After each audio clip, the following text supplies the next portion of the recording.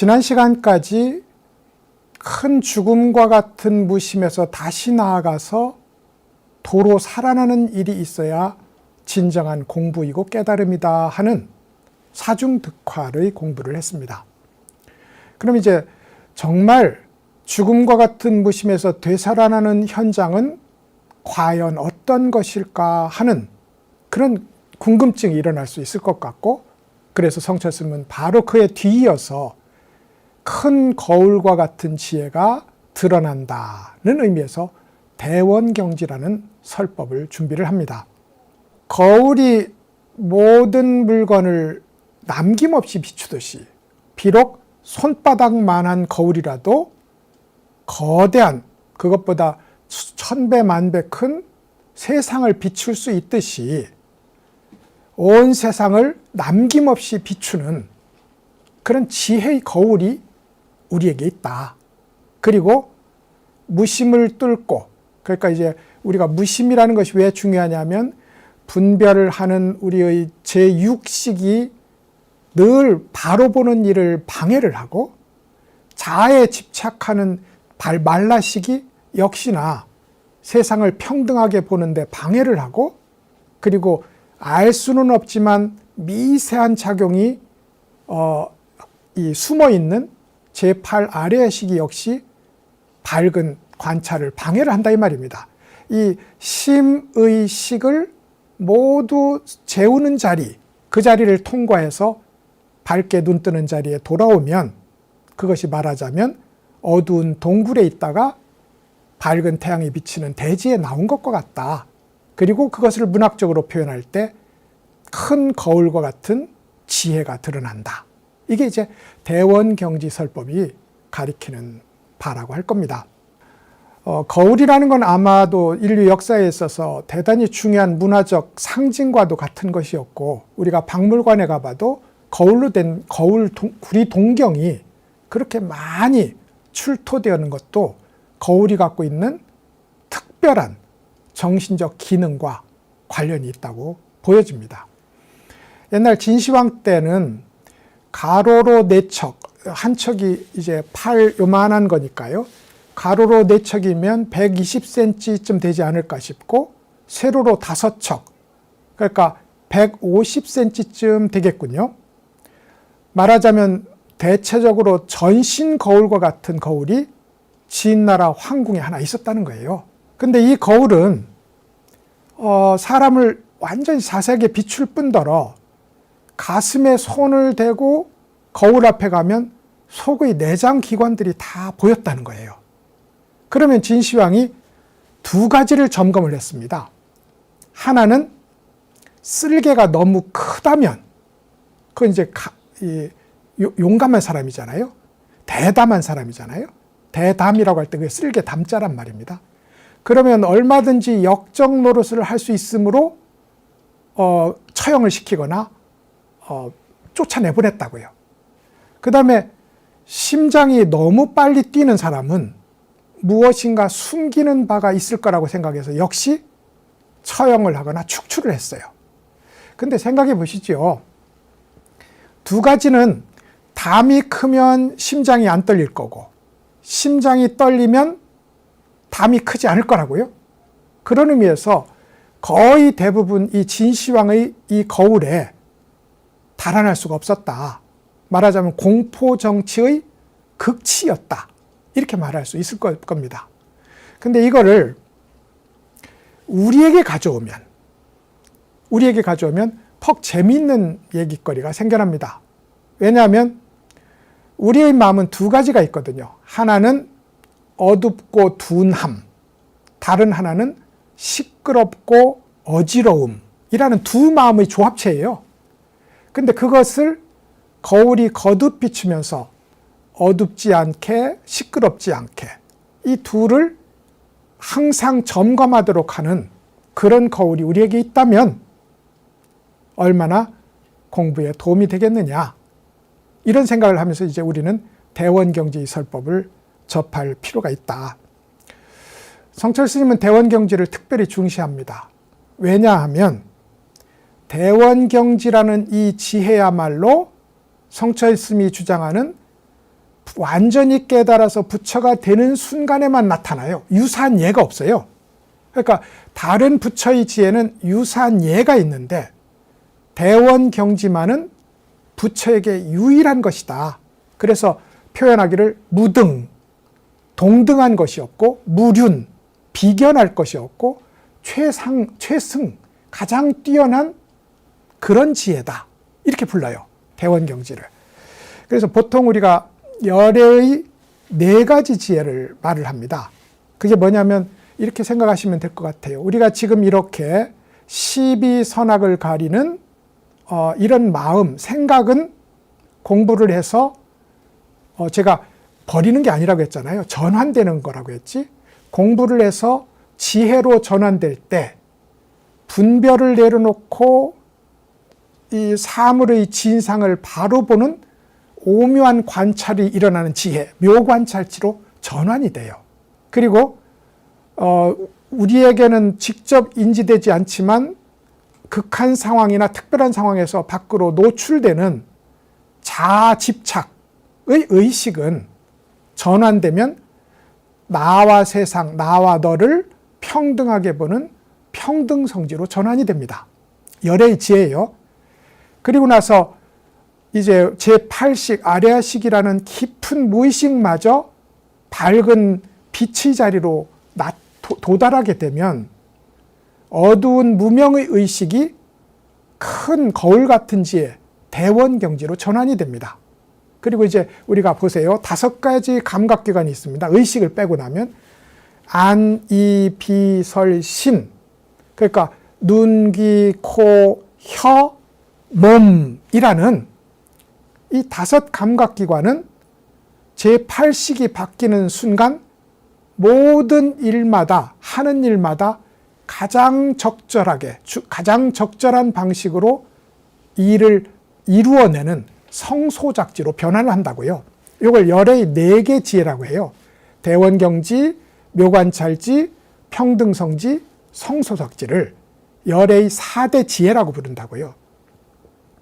그런데 재밌는 건 묘관찰지와 평등성지, 말하자면 우리 의식이 지혜로 변해가는 과정, 우리의 자의식이 평등으로 변해가는 과정은 점차적으로 일어납니다.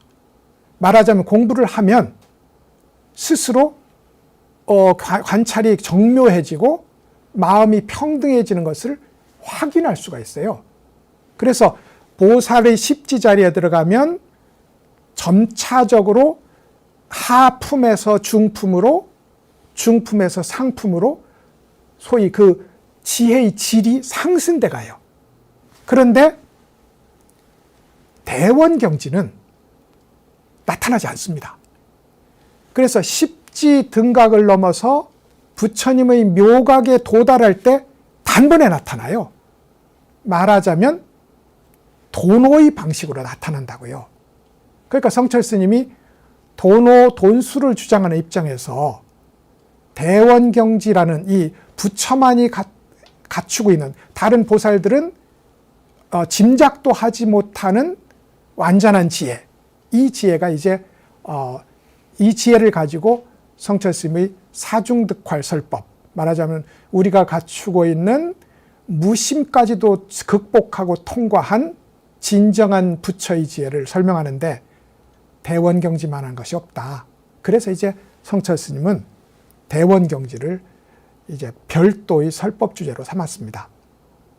또 사실 선종에서도 4가지의 지혜가 있지만 그 중에서 특히나 대원경지를 관용어로 삼아서 깨달음의 대용어 혹은 진여, 불성의 다른 말로 쓰기도 했습니다.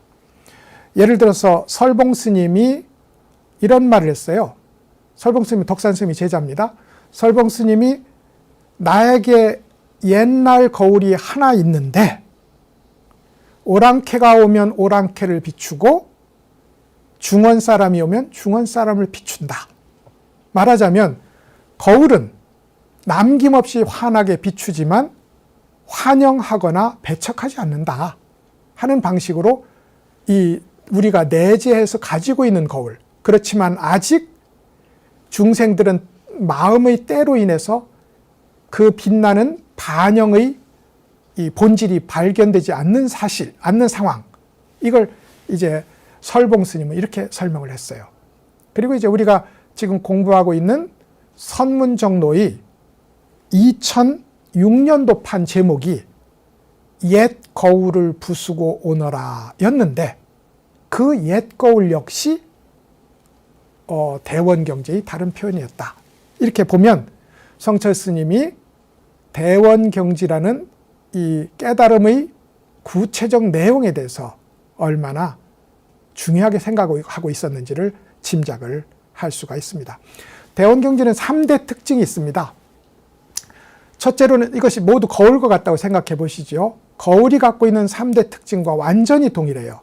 첫째로는 중생이나 부처나 본래 갖춘 것이다. 이것이 첫 번째 특징입니다. 두 번째 특징은 좋고 나쁨을 가리지 않고 오는 대로 밝게 비춘다. 세 번째 특징은 무엇이 오든, 붉은색이 오든 흰색이 오든 누런색이 오든 푸른색이 오든 성인이 오든 범부가 오든 어떤 무엇이 오든 간에 밝게 비추되 스스로 동요하지 않는다. 이것이 3대 특징입니다. 그리고 이 3대 특징을 골고루 갖춘 것이 대원경지의 특징이고, 그것이 바로 열애다. 이게 이제 대원경지의 설법에 임해서 우리가 한번 사전으로 살펴볼 내용이 되겠습니다. 역시 성철 스님은 인용문을 가지고 이제 대원경지의 설법을 함께 이끌어 가는데, 인용문 한번 보시죠. 511쪽이 되는데 벌써 10장입니다. 511쪽에 위산 스님의 설법을 한번 보시도록 하죠. 위산 스님이 앙산 스님에게 말하였다. 앙산 스님은 위산 스님의 제자예요. 나의 선은 대원경지를 종지로 삼아 세 가지의 일어남에서 벗어나는데, 그것은 생각의 일어남, 모양의 일어남, 흐름의 일어남이다. 생각의 일어남은 주체적으로 생각하는 마음이 어지러운 일이고 번민에 휩싸였다 이 말이죠. 모양의 일어남은 생각의 대상이 되는 외부 경계가 힘을 발휘하는 것이며 외부 상황에 따라서 마음이 막 흔들린다는 겁니다. 미세한 흐름은 모두 먼지와 때가 된다. 미세한 흐름은 제8 아리아식을 가리키는 말이라고요. 이런 문장이 이제 위산 스님이 제자 앙산 스님에게 말씀을 하셨어요. 이 말씀은 굉장히 중요합니다. 왜냐하면 위산 스님과 앙산 스님이 서로 위양종이라는 중국 선종의 최초 종파를 만들어요. 그런데 그 선종의 최초 종파의 최고 종지가 대원경지였다 이 말입니다. 왜 이 대원경지를 종지로 삼는다 이 말이 가리키는 바는 뭐냐면, 우리의 위양종은, 나의 가르침은 도노 돈수를 종지로 한다 이 말과 같아요. 왜냐하면 아까 말씀드린 것처럼 대원경지는 수행 중의 어떤 차원에는 나타나지 않습니다. 부처를 완성할 때 비로소 나타나기 때문에 성철 스님이 생각하는 깨달으면 곧 부처다 라는 이 주장을 펼치는데도 이만한 내용이 없을 것이고, 그걸 바로 위산 스님이 자기 종파의 종지로 삼았다는 겁니다. 이게 이제 소위 대원경지를 종지로 삼는다는 말씀이 가리키는 바이기도 합니다. 위산 스님은 우리 한국에도 퍽 영향력이 높은 스님입니다. 왜냐하면 스님들이 절에 가면 초발심 자격문을 공부하고 치문이라는 것을 공부를 해요. 삼위과에서. 근데 이 치문 속에 위산 스님의 경책문이 들어있어요. 공부 열심히 해라는 뜻이죠. 그리고 그 공부를 안 한 스님이 없습니다. 그런 의미에서 위산 스님은 한국의 선승들에게 굉장히 중요한 영향을 끼친 그런 스님이기도 하다. 이렇게 이제 볼 수 있겠습니다. 앙산 스님은 아마도 생각해보면 위산 스님을 능가하는 도인이었다고 보는 게 합리적입니다. 왜냐하면 위양종은 앙산 스님이 만든 거거든요. 설마 두 제자가 우리 종파 만들자 이렇게 해서 만들었겠어요? 그게 아니라 제자인 앙산 스님이 새로 종파를 일으키면서 자기 스승인 위산 스님을 그 종조로 내세운 겁니다. 마치 한 국가를 설정하면 처음에 쿠데타 국가 건립에 성공을 한 사람이 자기 아버지를 그 이전의 왕으로 추존하는 것과 같다. 그런 의미에서 앙산 스님의 도력은 이미 선종사에도 극히 유명하거니와 이 위양종을 차리는데도 절대적인 영향을 미쳤다. 이렇게 보시면 될 것 같습니다. 위산 스님의 시대, 이렇게 도노돈수를 주장하고 완전한 깨달음이야말로 선종이 걸어야 될 유일한 길이라고 하고 최초의 종파인 위양종을 차린 이 위산 스님은 사실은 시대는 어려웠습니다. 왜냐하면 그때 중국의 불교사에 보면 우리에게는 그 최현대의 12.7 법난이라는 것이 있지만 중국에는 삼무일종의 소위 폐불 사건이 있었어요. 4명의 황제가 불교를 소멸시키려고 하는 그런 정책을 펼친 적이 있다 이 말입니다. 그런데 그 중에 위산 스님 시대, 위산 스님 그때 이미 눈 떴지요.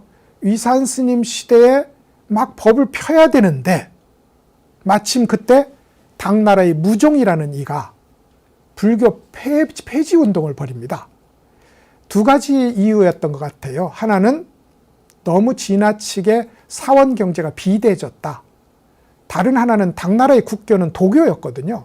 왜냐하면 이 사람들은 노자의 성씨와 자기 당나라의 성씨가 모두 이씨로 같다고 생각했어요. 그래서 도교를 국교로 삼았는데 불교를 폐지함으로써 도교의 완전한 지배권을 보장해 주기 위한 그런 종교적 입장도 있었습니다. 그래서 당시에 지금도 중국의 승려가 100만 점 넘는다고요? 근데 당시 당나라 시대에 26만 명의 승려를 환속시킵니다. 그리고 거의 5천여 곳에 가까운 사찰을 폐지하고 그리고 이 토지를 몰수하는 그런 이제 굉장히 이제 이 강압적인 불교 폐지 운동이 있었어요. 이걸 보통 멸불이라고, 부처를 소멸시켰다고 멸불이라고도 부르고 회불, 불교를 훼손했다고 해서 회불이라고도 부르는 그런 사건이었습니다. 이 시기에 가장 위대한 스님이었던 위산 스님이 초야에 숨어 살다가 무종이 지나가고 나서 선종이라는 이가 불교를 복원시켜요. 그때 그 유명한 배휴라는 분이 위산 스님의 후원자가 됩니다. 그리고 이제 적극적으로 불교를 폈는데 그때 불교 부흥의 표지와도 같은 것이 바로 최초의 종파인 위양종의 출현이었다 이거죠. 재밌는 건 위양종은 굉장히 치밀한 가르침을 특징으로 합니다. 그래서 최초로 일어났는데 제일 먼저 소멸한 종파이기도 해요. 근데 지금 위양종이 있습니다. 근대와 현대 시기를 걸쳐 있는 중국의 위대한 선지식 중에 허운 대사라는 분이 있었어요. 근데 그분이 중국에 있었던 5대 종파를 다 복원시키려고 하는 운동을 벌입니다. 어차피 임재종과 조동종은 있었고 나머지 이제 위양종과 그리고 법안종과 운문종을 부활시키려고 하는데 법안종은 아직 부활하지 못했어요. 그런데 중국에는 지금 엄연히 위양종도 부활돼 있고 운문종도 부활돼 있습니다. 그리고 재밌게도 거기에서 나온 스님이 지금 세계적으로 유명한 고승이 돼 있어요. 고승이. 그게 이제 위양종 얘기가 되겠습니다. 근데 이제 그 위산 스님이 나의 선은 대원경지를 종지로 삼는다 이렇게 말했단 말입니다. 처음에 말씀드린 것처럼 완전한 깨달음, 단번의 깨달음을 의미로 하는 도노돈수를 준칙으로 삼는다는 선언이었다고 이해하시면 될 것 같습니다. 왜 그러냐면 아까 말씀드린 것처럼 묘관찰지나 평등성지는 공부하는 도중에도 점점점 발전의 노선을 그려가요. 말하자면 점수다 이 말입니다. 근데 대원경지는 보살의 지위에는 나타나지 않다가 부처의 지위에 진입할 때 비로소 나타나는 것이므로 이제 도노돈수의 한 전형이다. 이렇게 설명을 할 수 있을 것 같습니다. 그러면 성소작지는 뭐냐? 성소작지는 대원경지라는 것을 내용으로 하는 외적 표현이다. 이렇게 표현하면 되겠습니다. 그러니까 대원경지와 성소작지는 둘 다 부처의 자리에서 나타나는데 둘은 대원경지가 일어난 순간 우리가 보고 듣고 느끼고 하는 모든 일이 성인의 일이 된다. 이 정도로 이해하시면 될 거기 때문에 성소작지를 따로 설명하지는 않게 됩니다. 그래서 이제 이 대원경지를 종지로 삼는데 세 가지를 준칙으로 한다고 했어요. 첫째로는 생각이 일어나지 않는다. 말하자면 우리가 제6식 이런저런 시비선악을 분별하는 일이 일어나지 않는다. 그리고 대상세계에 의한 방해가 일어나지 않는다. 이건 모두 6식과 7식 차원에서 일어나는 일입니다. 그리고 마지막으로 이게 핵심이죠. 미세한 흐름이 일어나지 않는다. 이겁니다. 이 미세한 흐름이 바로 성철스님이 이야기하고 깨달음의 마지막 관문인 제8식을 관찰의 영역에 가져다 놓았을 때 비로소 미세한 흐름이 일어나지 않는다는 거예요. 그렇지 않고 우리가 공부 좀 되었다고 나는 무심이다 해도 자기 스스로는 알지 못하지만 무수한 생각이 일어난다는 겁니다. 그리고 그 생각은 이렇게 보통 표현합니다. 한 번의 생각을 하는데 90번의 찰나가 있고 한 번의 찰나에 900번의 생멸이 있다. 이렇게 표현해요. 그러니 무심이라고 해도 그야말로 무수한 생멸의 흐름을 반복하는 것이 알지 못하는 사이에 일어나고 있다. 그러니 그것은 생멸의 현장이지 깨달음의 현장은 아니다. 이게 이제 미세한 흐름과 관련된 위양스님의 가르침이라고 할 수 있습니다. 실제로 위산스님은 앙산스님에게 이렇게 점검을 했어요. 너는 미세한 흐름이 일어나지 않은지 얼마나 되느냐 이렇게 물어요. 그러니까 제8아리아식이 방해를 하지 않게 된 지가 얼마나 되느냐 이렇게 물으니까 앙산스님이 도로 묻습니다. 스승님은 어떠십니까? 그러자 이렇게 정말 대답했어요. 나는 7년 동안 내면에서 미세한 흐름이 일어나지 않았다. 그래서 앙산스님이 아마도 겸손이었을 수 있고 솔직한 고백이었을 수도 있는데 저는 아직 좀 시끄럽습니다. 아직 미세의 유주를 미세한 흐름을 아직 완전히 끊어버리지 못했습니다. 라는 이야기를 했다는 겁니다. 어찌됐든 위산 스님이 보여준 경계는 마지막의 아레아식까지 끊어낸 완전한 깨달음, 대원경지를 성취한 그런 자리였다. 전에도 말씀드렸지만 모든 자기가 견성한 그 형식과 내용을 가르침에 그대로 반복합니다. 그러니까 나는 무엇을 깨달았다. 그래서 이제 다양하게 표현될 수 있는데 자기가 직접 만나고 체험한 방식으로 가르쳐요. 예를 들어서 임재 스님은 그 스승 황벽 스님에게 깨닫기 전에 60번의 몽둥이질을 당했어요. 그 뒤로는 제자들이 오면 자신도 깨달음을 앞두고 있는 제자들은 몽둥이를 들어서 때려주거나 고함을 질러서 정신을 차리게 했어요. 이것이 이제 자기가 공부한 방식으로 했다고요. 그러면 위산 스님은 대원경지를 체험한 것으로 스스로의 장점을 삼았다는 겁니다. 그리고 대원경지를 가지고 늘 가르쳤어요. 가르치고 이제 바로 이렇게 자기 제자에게 물었던 것처럼 미세한 흐름이 일어나느냐 일어나지 않느냐, 제8아레아식의 방해를 받느냐 극복했느냐를 가지고 제자들의 공부를 점검을 했다는 걸 우리가 확인을 할 수가 있습니다.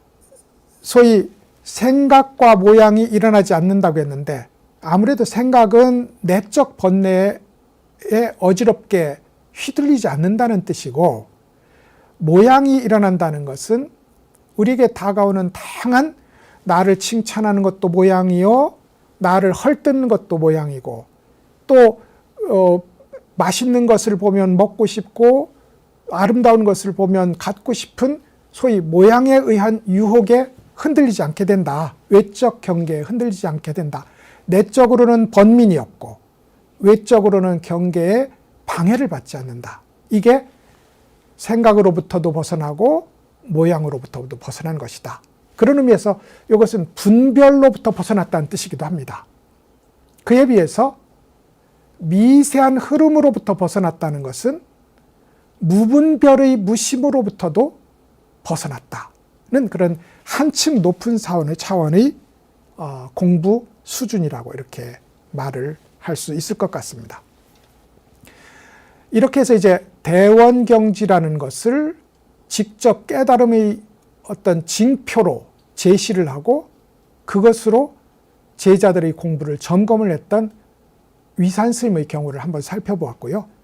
두 번째로 동산수초 스님이라는 분의 설법을 보겠습니다. 아주 짧아요. 514쪽인데 이렇게 되어 있습니다. 그 근원에 도달하지 못하면 제8마계에 떨어지고 만다. 이랬어요. 제8마계, 그러니까 제8이라는 것은 아리아식이 제8식이니까 제8이라고 불렀습니다. 혹은 아리아식의 극복이 시작되는 단계를 보살팔지라고 부르니까 그런 의미에서 제8이라는 말을 붙였어요. 어찌됐든 잘못하면 공부의 극히 높은 단계인 제8 아리아식을 극복하는 단계, 혹은 제8지보살의 단계가 마구니의 단계로 변할 수 있다는 겁니다. 이걸 제8마계라고 불렀는데 선종사에 이 동산수초 스님만 이 말씀을 하셨어요. 근데 성철 스님은 이 말씀을 빌려다가 수시로 활용을 합니다. 왜냐하면 성철 스님의 선법에 있어서 가장 크게 강조되는 것은 우리가 알 수 있는 번뇌를 극복했다고 해탈을 하거나 견성을 한 것이 아니다. 알 수 없는 무의식의 장애까지 말끔히 걷어내야, 그래야 진정으로 눈뜬 것이고 진정으로 깨달은 것이다. 이게 성철 스님의 굉장히 중요한 메시지라고요. 그러니까 그 메시지를 강조하기 위해서, 그러니까 아리아식 차원의 무심에 머물면 안 된다 하는 것을 거듭 말했는데, 마침 동산 스님이 이것을 마구니가 지배하는 세계, 마계라고 불렀다는 겁니다. 그러니까 딱 좋은 어휘였기 때문에 거듭 자주 사용을 했던 것으로 이렇게 이제 보면 되겠습니다. 동산수초 스님은 조동종을 만들었던 동산양계 스님하고는 다른 스님입니다. 운문 스님의 제자였고요.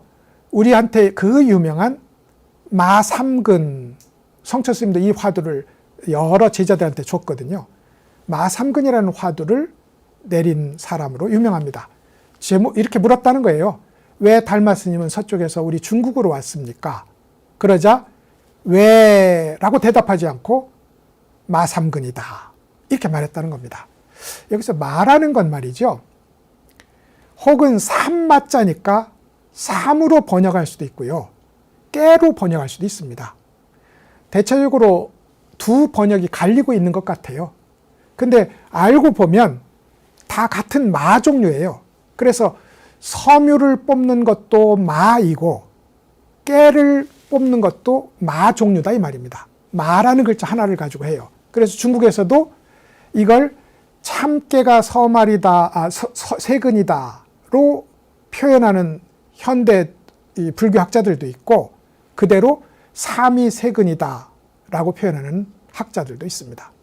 그러면 참깨면 깨닫고 삼이면 깨닫지 못할까요? 번역을 말입니다. 누가 우리가 중국이 열리고 나서 조주 뜰 앞에 잣나무라고 한 화두를 내놓은 조주스님이 있었던 백림사에 갔었다는 거예요. 근데 가보면 잣나무 없습니다. 측백나무가 있어요. 그러니까 이제 스님, 저도 제가 아는 스님이 백림사를 갔다 오고, 저는 그 뒤에 갔다 왔습니다만, 백림사를 갔다 오고는 백림사에 가보니 잣나무는 없고 측백나무만 있더라. 그러므로 뜰 앞에 측백나무라고 하지 않고 뜰 앞에 잣나무라고 했으니 이게 제대로 된 공부가 될 수 없다. 이렇게 주장을 합니다. 만약에 측백나무면 깨닫고 잣나무면 깨닫지 못한다면 잣나무에 무엇이 있어야 됩니다. 측백나무에 무엇이 있어야 되고. 그런데 실제로 이걸 이 화두를 통해서 우리가 보려고 하는 것은, 우리가 묻는 것은 조주 스님의 마음입니다. 조주 스님은 왜 달마 스님이 서쪽에서 왔습니까? 라고 물었을 때 왜 뜰 앞에 잣나무 혹은 뜰 앞에 측백나무라고 말했을까? 조주 스님의 마음을 알면 부처님의 마음을 알고, 부처님의 마음을 알면 우주 법계의 진여 마음을 아는 거라고요. 그런 의미에서 조주 스님은 왜 그랬을까를 묻는 데 있지, 조주 스님이 잣나무라고 했거나 측백나무라고 했거나 큰 의미는 없다. 그것 때문에 못 깨달을 일은 없다. 이게 아마 우리가 취해야 될 태도일 것 같습니다. 비슷한 얘기로 판치라는 말, 판자에 이빨치자를 쓰는 판치생모라는 말이 있습니다. 직역하면 판자 이빨에 털이 난다는 뜻인데, 판치는 우리의 이 대문니를 가리킵니다. 마치 이게 판자처럼 생겼잖아요. 그러니까 말하자면 대문니, 앞니에 털이 난다. 그럴 리는 없기 때문에 대문니에 이 털이 난다는 그런 어불성설의 이야기를 가지고 이제 화두를 삼았는데, 실제로 판자 이빨에 털이 난다를 가지고 앞니로 해석하지 않고 그대로 판자 이빨로 번역해서 화두를 내린 분이 당장 우리 한국의 현대 고승정에 있습니다. 그리고 그 공부가 수승하고 제자들의 성취 역시 높아요. 말하자면 번역 몇 가지의 오류 여부는, 물론 번역을 잘못한다고 해서 하면 안 된, 괜찮다는 뜻은 아니지만, 번역이 잘못됐다고 해서 큰 문제가 생기는 것은 아니다. 그러면 중국 사람은 다 깨달았겠게요? 그렇지는 않지 않습니까? 그런 의미에서 소위 마삼근과 관련된 이야기를 좀 해봤습니다. 어떤 사람은 삼서근이라고 할 것이고 어떤 사람은 깨가 세근이라고 할 거다 이 말입니다. 그래도 이 스님의, 동산 스님의 뜻에는, 마음에는, 마음을 읽는 공부에는 변함이 없다. 이렇게 이제 이해를 하면 어떨까 싶습니다. 동산 스님의 이야기를 가지고 조금 얘기가 길어졌군요. 근원에 도달하지 못하면 제8마계에 떨어진다. 이랬어요. 근원. 제가 거듭 비유를 들지만, 1000가지, 10,000가지 파도를 일으키는 근원은 바다입니다. 바다예요. 근데 파도가 잠자야 바다를 볼 수 있는 건 아니거든요. 큰 파도, 작은 파도, 파도가 있건 없건 우리는 바다를 볼 수 있습니다. 그런 의미에서 파도를 재워서 보는 건 아니에요. 파도를 뚫고 보거나 파도에 흔들리지 않고 전체를 보는 거죠. 마찬가지로 언덕이 있고 산이 있고 구릉이 있는데 그 모든 것이 대지에 바탕을 두고 있다고요. 근데 산을 보면서 산에만 움직이니 문제지, 산이 대지에서 일어난 것임을 알면 근원을 아는 일이거든요. 근원을. 우리가 강물이 흘러오는데 지금 이 강물을 떠서 마시면서 그것이 발원한 자리를 본다면 그 역시 근원을 보는 일에 속합니다. 그런 의미에서 근원에 도달을 해야 기본적으로 우리가 이 지금의 현상에 나타나는 다양한 차별적 모습의 정체를 알 수 있다. 그래서 근원에 도달해야 된다 이 말이죠. 여기에 도달하지 못하면 제8마계에 떨어진다. 제8마계라는 것은 무심의 고요한 자리에 머물러서 이걸 캄캄한 굴속이라고 표현하기도 하고, 우리가 신체의 어떤 독특한 사람은 암내가 난다고요. 근데 이걸 암내가 밴 적삼이라고 표현하기도 합니다. 암내가 밴 적삼은요, 빨아도 냄새가 사라지지 않아요. 그래서 제8식의 차원에 머물러서 그 평안한 무심에 머무르는 일을 가리켜 암내밴 적삼이라고 표현을 하기도 합니다. 그리고 이제 당연히 부처님도 성도 직전에 마귀의 유혹을 받잖아요. 쾌락과 명예와 이익을 내놓고 부처님에게 이 자리에 머물러라. 그 자리가 바로 제8마계였다고 해석을 할 이유가 충분히 있다. 성철 스님은 이 제8마계라는 말을 빌려서 그야말로 당시로서는 획기적이었던 보살 8지, 보살 9지, 10지, 등각조차도 견성이 아니라는 당시로 보면 상당히 파격적인 이 얘기를 내놓게 됩니다. 왜냐하면 지금 동산스님의 말씀으로 비추어 보면 제8 아레아식이 있는 이 8, 9, 10지 등각의까지는 자리까지는 마계다 이 말이죠. 거기에 머물면. 그런 의미에서 거기에 머물지 말고 그 뛰어나고 고요한 자리에 머물지 말고 거듭거듭 화두를 다시 참고하는 용맹한 마감의 자리에 우리 입장을 취해야 된다. 이게 제8마계론의 특징이 되겠습니다. 성철 스님은 이걸 제8지에 머무는 일을 서울 간다고 하면서 삼랑진쯤에 머무는 일로 취급을 했습니다.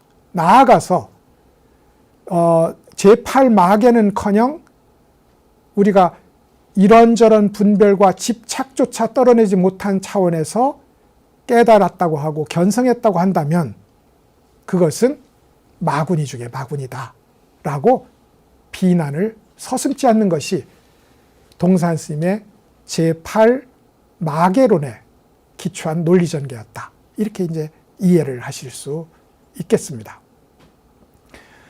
대원경지를 성철스님이 중시했던 이유는 마지막 부처의 자리에 이를 때 단번에 나타나는 지혜이므로 이것이 돈수의 구체적 내용이라는 점을 밝히는데 굉장히 중요했다.